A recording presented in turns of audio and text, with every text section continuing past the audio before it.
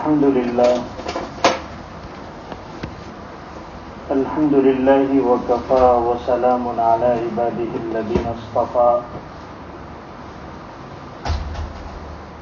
أما بعد فأعوذ بالله من الشيطان الرجيم بسم الله الرحمن الرحيم يا أيها الذين آمنوا اذكروا الله ذكرا كثيرا وقال رسول الله صلى الله عليه وسلم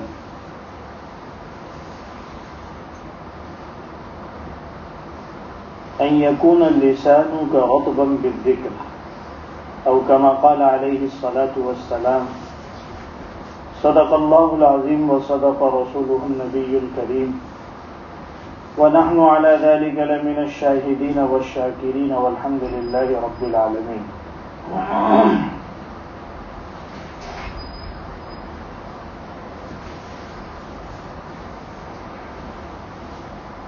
اصل چیز یہ ہے کہ بندے کا تعلق اللہ تبارک و تعالی سے مضبوط ہو.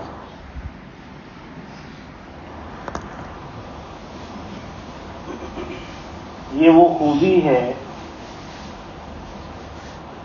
جو ہر خیر کی جڑ ہے اور ہر برائی سے بچانے والی. آج اگر خیر وجود میں نہیں آ رہے ہیں تو اس کی بنیادی وجہ یہی ہے کہ ہمارا تعلق اللہ تعالیٰ کے ساتھ مضبوط نہیں ہے، اور ہر جگہ شر ہی شر اور برائیاں، مختلف قسم کے جرائم کثرت سے ہو رہے ہیں. اس کی وجہ بھی یہی ہے کہ ہمارے دلوں میں اللہ تبارک و تعالیٰ کی محبت، اللہ تبارک و تعالیٰ کا خوف، اللہ تبارک و تعالیٰ کی یاد اور اللہ تبارک و تعالیٰ کا ذکر نہیں ہے. اگر یہ چیز ہمارے دل میں پیدا ہو جائے تو پھر دنیا کا نقشہ ہی بدل جائے گا. حضور اکرم صلی اللہ علیہ وسلم نے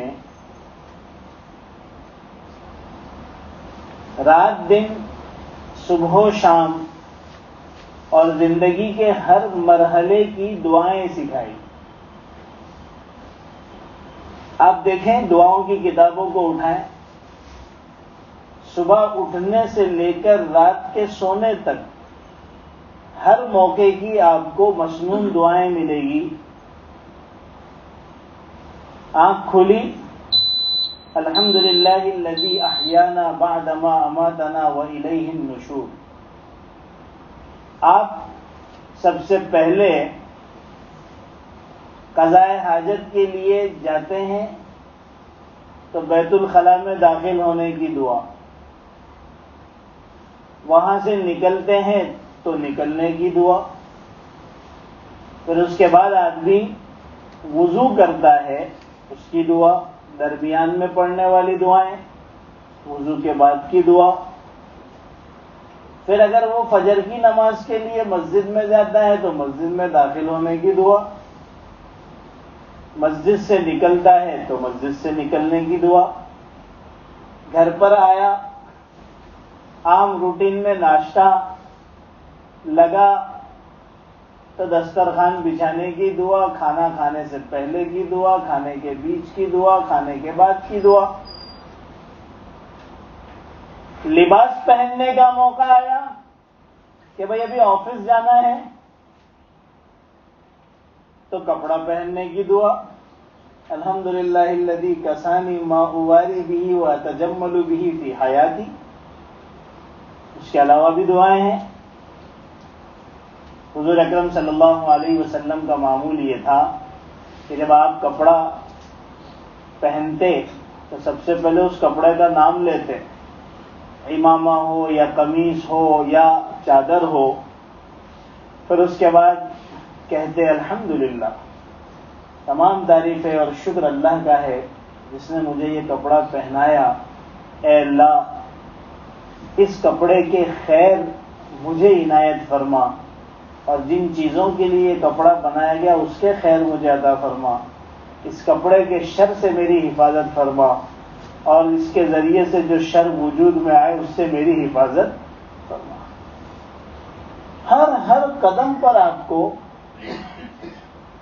رسول اللہ صلی اللہ علیہ وسلم سے دعائیں ملے گی، ہر قدم۔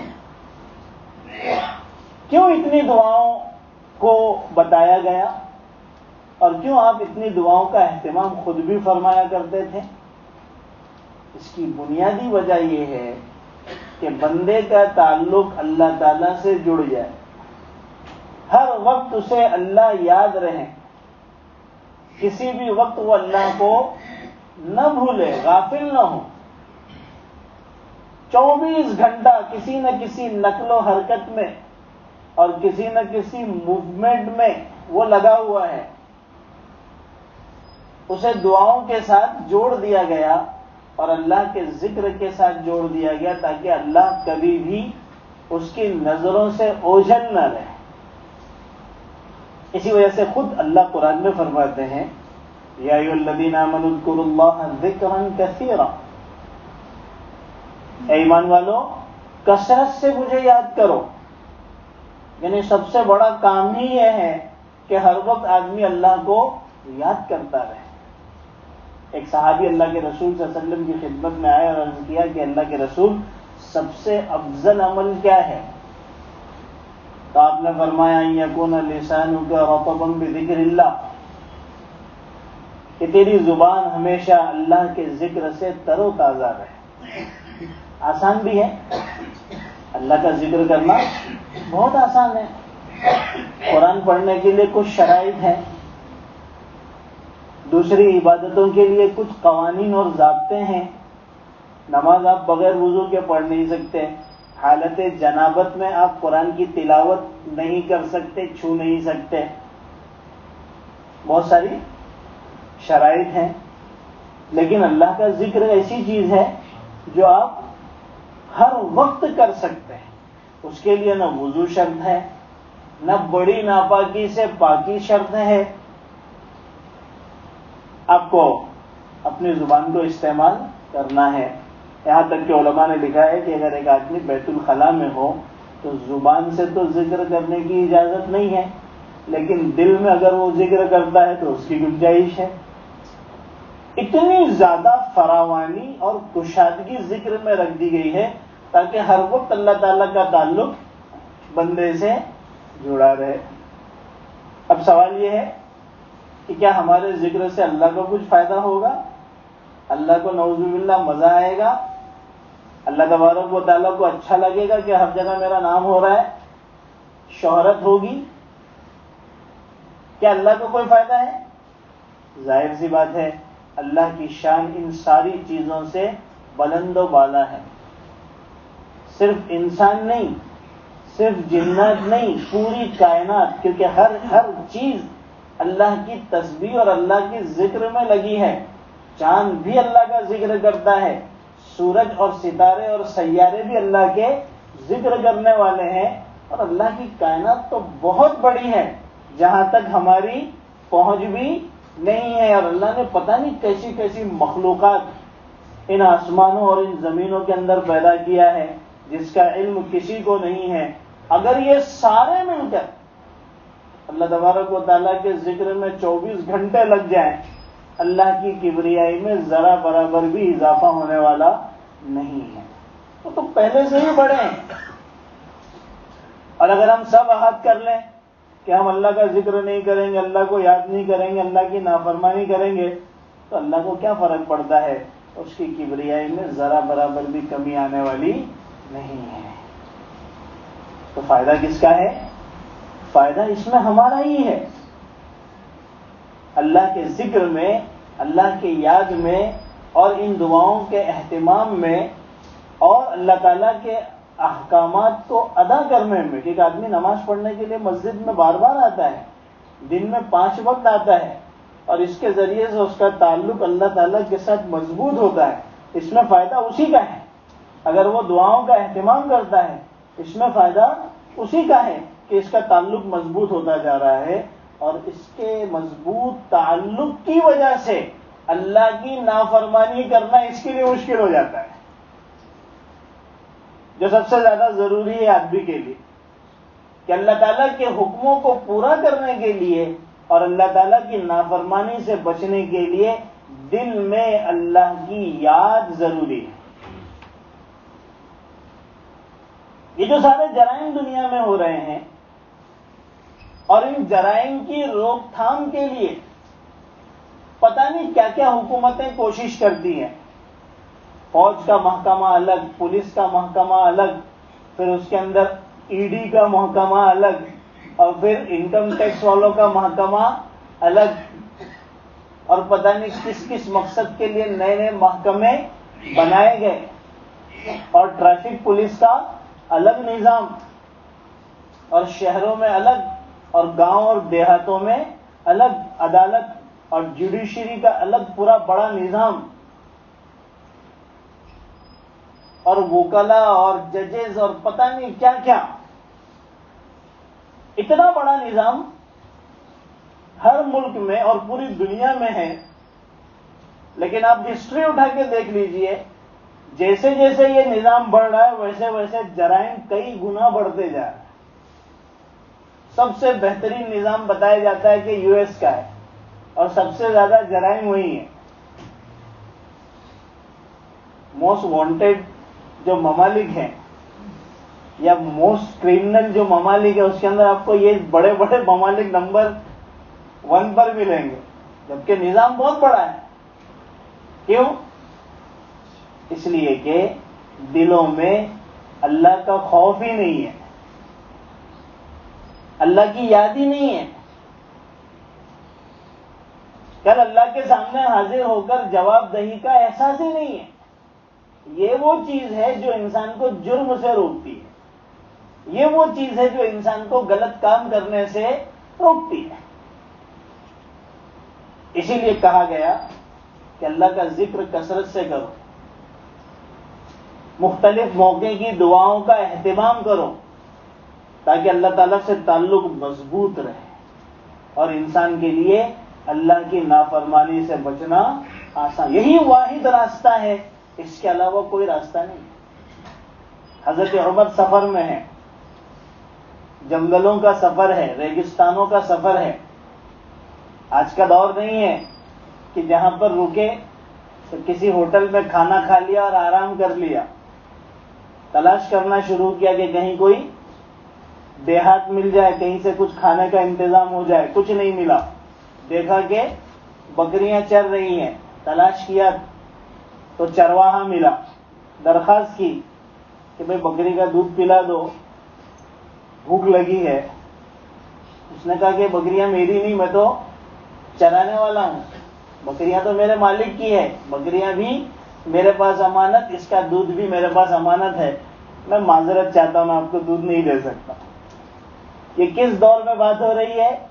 جب آدھی دنیا سے بڑی سلطنت کے مالک ہیں حضرت عمر، خلیفہ ہیں، ان کو کہا جا رہا ہے آپ کو میں نہیں دے سکتا، امانت میں خیانت نہیں کر سکتا۔ حضرت عمر میں بھی جستجو پیدا ہوئی، ارے اتنی بڑی بات کر رہا ہے، تھوڑا دیکھیں، جانچیں، ٹٹولیں، زبانی ہے یا دل والا معاملہ ہے۔ تو اچھی تدبیر پیش کی کہ ایک رائے دیتا ہوں، کر لے، تیرا بھی فائدہ میرا بھی فائدہ، ایک بکری مجھے بیچ دے، پیسہ دے دیتا ہوں، مالک کو کہہ دینا کہ بھیڑیے نے کھا لیا، میرے پاس بکری رہے گی، سفر میں بھی آسانی ہوگی، دودھ پیتا رہوں گا اور تیرے کو پیسے مل جائیں گے۔ بہت اچھی تدبیر تھی۔ اس طرح کی بہت سارے مکر و فریب ہم اپنے زندگی میں کرتے رہتے ہیں، کاروبار میں، بزنس میں، لین دین میں، ملازمتوں میں، آپس کے معاملات میں، ایک دوسرے کے حق کو مارنے میں، بڑے اچھی اچھی تدبیریں اور جو ہے وہ راستے ہم اختیار کرتے رہتے۔ حضرت عمر نے جانچنے کے لیے رائے دی تو اس نے کہا یا ھذا فأین اللہ، یا ھذا فأین اللہ، اے اللہ کے بندے، اللہ کہاں جائے گا؟ ٹھیک ہے میں تجھ سے خرید لوں گا، پیسے لے لوں گا، میرا مالک تو نہیں دیکھ رہا ہے لیکن اللہ تو دیکھ رہا ہے۔ یہ ہے وہ چیز جو دلوں میں سمائی ہوئی تھی، دلوں میں بیٹھی ہوئی تھی، اللہ کی یاد، اللہ کا خوف، اللہ کا ذکر، ہر وقت وہ انہیں برائیوں سے بچاتا تھا۔ ان کے لیے کسی گناہ کا کرنا پہاڑ اٹھانے سے زیادہ مشکل تھا، کیونکہ ہر وقت اس بات کی فکر رہتی تھی وَأَمَّا مَنْ خَافَ مَقَامَ رَبِّهِ وَنَهَى النَّفْسَ وَأَمَّا مَنْ خَافَ مَقَامَ رَبِّهِ وَنَهَى النَّفْسَ عَنِ الْهَوَىٰ فَإِنَّ الْجَنَّةَ هِيَ الْمَأْوَىٰ، جو شخص اس بات سے ڈرتا ہے کہ کل اللہ کے سامنے حاضر ہو کر جواب دینا ہے، کھڑا ہونا ہے، اور اس کی وجہ سے وہ اپنے نفس کو نافرمانی سے بچاتا ہے، اللہ فرماتا ہے ایسے لوگوں کے لیے ہی ہم نے جنت بنا رکھی۔ تو اس نے انکار کر دیا کہ میں تمہیں نہیں دے سکتا۔ اس وقت حضرت عمر نے ایک جملہ کہا تھا جو ہمارے لیے بڑی عبرت کا جملہ ہے۔ حضرت عمر نے فرمایا کہ جب تک اس روئے زمین پر تیرے جیسے لوگ موجود ہیں، جب تک اس روئے زمین پر تیرے جیسے لوگ موجود ہیں جنہیں اللہ کے سامنے حاضر ہو کر جواب دہی کا خوف ہے، فکر ہے، تب تک اس دنیا کے اندر ظلم نہیں آ سکتا۔ آج جو ساری دنیا میں ہر طرف ظلم کا دور دورہ ہے، زیادتیاں ہو رہی ہیں، ہر آدمی اپنے منصب اور مقام کا غلط فائدہ اٹھا رہا ہے۔ جس کے پاس حکومت کی باغ دوڑ ہے وہ اپنے عوام پر، اپنی رعایا پر ہر قسم کا ظلم توڑ رہا ہے، اور ہر بڑا چھوٹے کے اوپر ظلم کر رہا ہے، ہر قوی کمزور کے اوپر ظلم کر رہا ہے۔ کیا وجہ ہے اس کی؟ اس کی وجہ یہی ہے کہ دلوں میں اللہ کا خوف نہیں رہا۔ غیروں کو تو چھوڑیے، وہ تو بیچارے ویسے بھی خدا کے منکر ہیں، خود مسلمانوں کے اندر اگر یہ چیز آپ کو نظر آ رہی ہے کہ ہر جگہ پر دغا ہے، دھوکہ ہے، جھوٹ ہے، زیادتیاں ہیں، مال ہڑپ کر جانا ہے، اس کی بنیادی وجہ یہ ہے کہ کل آخرت میں اللہ کے سامنے حاضر ہو کر اللہ کو جواب دینے کی فکر ہمارے دلوں میں اللہ یاد ہی نہیں ہے۔ وہ جو دعائیں حضور اکرم صلی اللہ علیہ وسلم نے سکھائی تھی موقع بموقع، وہ ہماری زندگیوں میں ہے ہی نہیں۔ کیا کپڑا پہنتے وقت ہم کپڑا پہننے کی دعا پڑھتے ہیں؟ کیا ہمارے گھروں میں کھانا کھاتے وقت بسم اللہ پڑھنے کا رواج ہے؟ کیا کھانا کھانے کے بعد کی دعائیں ہمیں یاد ہیں؟ بہت معذرت کے ساتھ کہوں گا کہ 85 سے 90% مسلمانوں کو سرے سے دعائیں ہی یاد نہیں ہیں۔ ایک دور وہ تھا جب مائیں جب بچہ بولنا شروع کرتا تھا تب سے ہی دعائیں یاد کرانا شروع کر دیتی، ان کی زبان پر سب سے پہلے اللہ کا نام ہوتا تھا، ان کو اللہ کا نام یاد کرایا جاتا تھا، بسم اللہ ان کو سب سے پہلے یاد کرائی جاتی تھی، چھوٹی چھوٹی دعائیں ان کو یاد کرائی جاتی تھی۔ اس زمانے میں دعاؤں کو یاد کرانے کے لیے مستقل کلاس لگانے کی ضرورت پیش آتی نہیں۔ اور بچپنے کا زمانہ کیسا ہوتا ہے؟ نقش کل حجر، جس طرح پتھر پر لکیر ہوتی ہے اسی طریقے سے بچپن میں یاد کی ہوئی دعائیں موت تک انسان کو یاد رہتی ہیں۔ اور ماحول تھا ہر جگہ پر دعاؤں کا، تو پھر کلاسز لگانے کی ضرورت نہیں، بچہ ہمیشہ پڑھتا رہتا تھا، اور اس کے جو بڑے ہوتے تھے وہ اس کے اوپر نظر رکھتے تھے، یہ دعا پڑھو، تم نے دعا پڑھی یا نہیں پڑھی، یہ دعا کیوں یاد نہیں ہے؟ اب یہ سب سلسلے ختم ہو گئے، اب یاد کرایا جاتا ہے، معلمین اور مدرسین محنت کر کے یاد کراتے ہیں، امتحانات میں اچھے نمبر بھی آ جاتے ہیں، لیکن پھر کچھ عرصے کے بعد سب بچے بھول جاتے ہیں، اور جب وہ جوان ہوتا ہے تو اس کو کچھ یاد نہیں ہوتا، اس لیے کہ گھر میں اس کا رواج ہی نہیں رہا۔ کوئی پوچھنے والا نہیں ہے، کوئی ٹوکنے والا نہیں ہے، جس کی وجہ سے دلوں کے اندر اللہ تبارک و تعالیٰ کا جو تعلق ہونا چاہیے تھا وہ تعلق ہی ختم ہو گیا۔ حضور اکرم صلی اللہ علیہ وسلم کا دور دیکھیے، کیسی لوگوں کے دلوں میں اللہ کی محبت اور اللہ کا تعلق تھا کہ اس زمانے میں نہ پولیس کا محکمہ ہے، نہ عدالت اور کورٹ کچہری ہے، نہ وکیل ہے، نہ جج ہے، اور نہ کسی قسم کا اور ڈیفنس کا ادارہ ہے، کچھ نہیں ہے، لیکن لوگ خود حضور کی خدمت میں آ رہے ہیں کہ اللہ کے رسول مجھ سے زنا ہو گیا، اس کی جو سزا ہے مجھے دے دیجیے۔ غلطی کرنے والا خود حضور کی خدمت میں آ کر اپنی غلطی کا اقرار کر کر اس کی سزا کا مطالبہ کر رہا ہے کہ مجھے قتل کر دیا جائے کیونکہ میں نے کسی کو قتل کیا۔ یہ کوئی معمولی بات ہے؟ مجھ پر زنا کی سزا رجم جاری کر دی جائے جس میں بندے کو پتھر مار مار کے ہلاک کر دیا جاتا ہے۔ ایک صحابیہ غابیدیہ حضور کی خدمت میں آئے اور کہا کہ اللہ کے رسول مجھ سے یہ گناہ ہو گیا، میں شادی شدہ ہوں، مجھ پر یہ سزا جاری کی تھی۔ اللہ کے رسول صلی اللہ علیہ وسلم نے فرمایا، اس سے ان کو حمل بھی تھا کہ بھئی حمل کی حالت میں تو سزا جاری نہیں کر سکتے، تمام شرائط پائی جا رہی۔ کہا کہ جب حمل پیدا ہو جائے بچہ تب آنا۔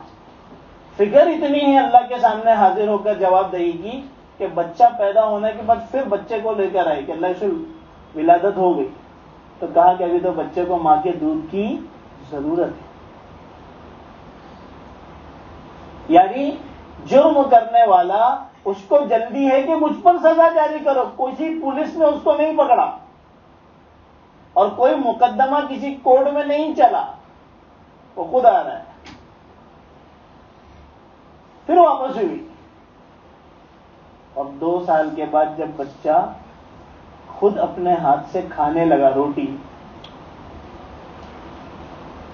تو حدیث پاک میں آتا ہے کہ وہ حضور کی خدمت میں اس حالت میں حاضر ہوئی کہ ان کے ہاتھ میں بچہ تھا اور بچے کے ہاتھ میں روٹی تھی، یہ بتانے کے لیے کہ اے اللہ کے رسول اب یہ بچہ میرے دودھ کا ضرورت مند رہا نہیں، اب یہ خود اپنے ہاتھ سے روٹی کھا رہا ہے، اب آپ مجھ پر سزا جاری کر دیجیے۔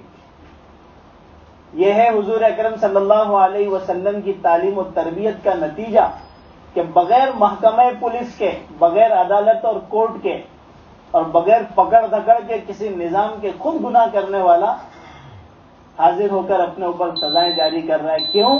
اس لیے کہ اس کے دل میں اللہ کا خوف ہے، وہ اللہ تبارک و تعالیٰ کو اپنے دلوں میں سمائے ہوئے ہیں۔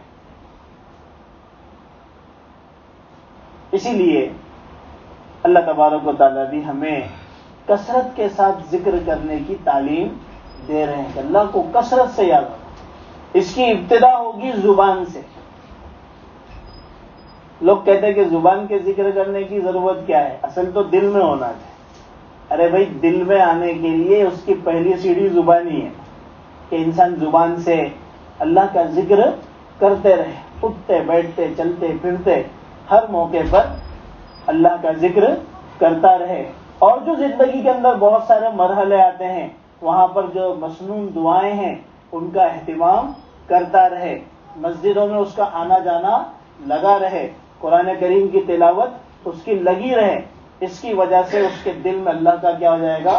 یاد بس جائے گی، اور اس چیز کے پیدا ہو جانے کے بعد پھر اس کے لیے اللہ کی نافرمانی کیا ہو جائے گی؟ بہت مشکل ہو جائے گی۔ اور یہی چاہا جا رہا ہے، یہی ہے اصل مقصد کہ انسان خدا کی نافرمانی سے اپنے آپ کو بچا لے، اور اگر خدا نہ خواستہ کبھی کوئی غلطی ہو گئی تو اس کو اس وقت تک سکون اور چین نہیں آتا جب تک کہ وہ توبہ اور استغفار کر کے اپنے آپ کو پاک اور صاف نہیں کرتا۔ حضرات صحابہ میں اور غیر صحابہ میں فرق کیا ہے؟ ان کو جو اتنا بڑا مقام ملا، حضور اکرم صلی اللہ علیہ وسلم کی صحبت، آپ کا دیدار، یہ تو تھا ہی، لیکن ان کے اندر کیا خاص چیز تھی؟ علماء نے اس کو بیان کیا ہے، ان کے اندر خاص یہ چیز تھی کہ اگر ان سے کوئی غلطی ہو جاتی تو وہ اس وقت تک سکون سے نہیں رہتے جب تک کہ رو دھو کر اپنے اس گناہ کو صاف نہیں کر لیتے۔ ان کے دل میں یہ احساس رہتا تھا۔ اور ہمارا حال یہ ہے کہ اگر ہم سے کوئی گناہ غلطی ہو جائے تو ہمیں اس کا احساس ہی نہیں ہوتا کہ کوئی گناہ اور کوئی نافرمانی ہوئی اور خدا کو ناراض کرنے والی کوئی چیز ہوئی۔ ہمارے اندر وہ توجہ اور وہ فکر نہیں ہوتی کہ بھائی مجھے اس سے اپنے آپ کو پاک اور صاف کرنا ہے۔ تو بہرحال بتانا مقصد یہ ہے کہ اللہ تعالیٰ سے تعلق مضبوط کرنا، رمضان میں روزہ، جیسے کہ میں نے گزشتہ تراویح کے بعد بتایا تھا کہ روزہ اس کا ایک بہت بڑا سبب ہے کہ جو بندے کا تعلق اللہ سے جوڑتا ہے، اس لیے کہ روزہ کا پورا زور اور پورا جو طاقت لگتی ہے وہ نفس کو توڑنے پہ لگتی ہے۔ نفس اگر ٹوٹ جائے تو پھر شیطان کا حملہ جو ہے وہ کمزور ہو جاتا ہے، بندے کا تعلق اللہ سے جڑ جاتا ہے۔ اسی طریقے سے اللہ تبارک و تعالیٰ کے ذکر جو ہے وہ اللہ تبارک و تعالیٰ سے بندے کا تعلق کیا کرتا ہے؟ مضبوط کرتا ہے۔ تو اس کا خاص اہتمام ہم کو کرنا چاہیے۔ وقت بوقت کی جو دعائیں ہیں، موقع و موقع کی جو دعائیں ہیں، جو اللہ کے رسول، ایک ایک دعا کی جو اہمیت ہے وہ تو الگ ہے، میں تو مجموعی طور پر آپ کو بتا رہا ہوں کہ یہ جو دعائیں ہیں ان کا اہتمام کرنا، خود بھی اپنے گھر والوں کو اس کا اہتمام کرنے کی فکر دلانا، اور گھر میں ذکر کا اور اللہ کے کلام کے پڑھنے کا جو ہے ماحول بنانا، یہ بہت ضروری ہے۔ اسی کے ذریعے سے اس آج کے جو خطرناک ماحول میں ہم اپنے ایمان کی حفاظت کر سکتے ہیں۔ اللہ تعالیٰ ہم سب کو عمل کی توفیق عطا فرمائے۔ وآخر دعوانا الحمدللہ۔